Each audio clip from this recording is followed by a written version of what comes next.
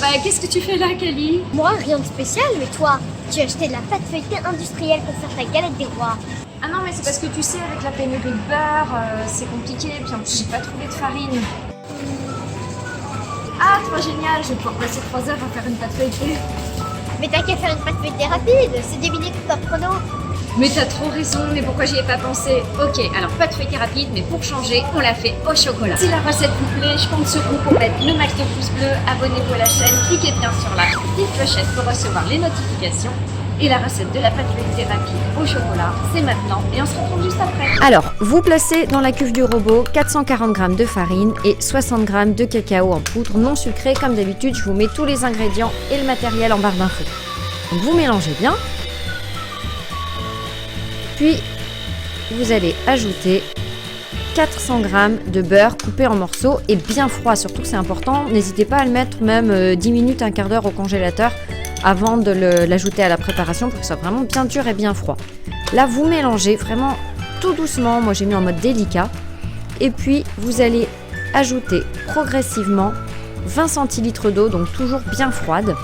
Et vous mélangez jusqu'à ce que ça commence à s'amalgamer. Surtout, vous n'allez pas plus loin. En général, quand on rate cette recette, c'est parce qu'on a trop amalgamé la pâte. Ensuite, vous allez verser toute la pâte directement sur un film alimentaire et vous allez tout ramasser en boule pour finir de l'amalgamer. Donc vous tassez bien, vous formez une boule dans le papier. Voilà, comme ça tout sera bien amalgamé et vous déposez cette boule directement sur un plan de travail fariné ou sur une feuille de papier cuisson. Là, vous allez l'étaler une première fois en formant un rectangle. Donc au début, elle va être un petit peu friable, mais c'est normal.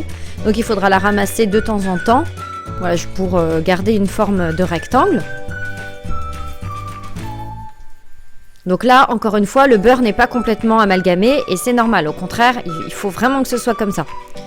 Vous allez marquer les 3/4 de la pâte et vous allez donner un premier tour. Donc vous repliez la pâte sur 1/3. Ensuite, vous repliez le deuxième tiers sur lui-même et vous tournez la pâte d'un quart de tour. On recommence exactement la même chose. Donc, on farine, on étale en rectangle.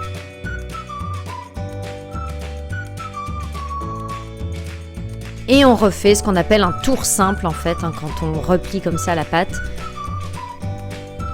Un premier tiers, puis un deuxième tiers. Donc aidez-vous bien du papier sulfurisé, c'est quand même beaucoup plus simple. Et on recommence, on tourne la pâte d'un quart de tour, on la farine de nouveau et pour une troisième fois, on va l'étaler en rectangle et refaire donc ce qu'on appelle un tour simple. Vous pouvez renouveler l'opération jusqu'à 6 fois. Moi 6 fois je trouve que ça fait beaucoup, je vous conseille 3 ou 4 fois. Pour les galettes par exemple, 3 ou 4 fois c'est vraiment largement suffisant, vous avez déjà une pâte qui est vraiment super bien feuilletée, vous allez voir.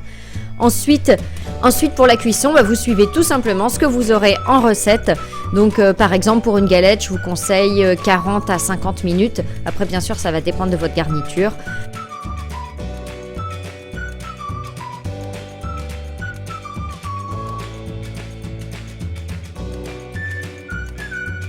Et n'oublie pas de t'abonner en cliquant sur ma tête.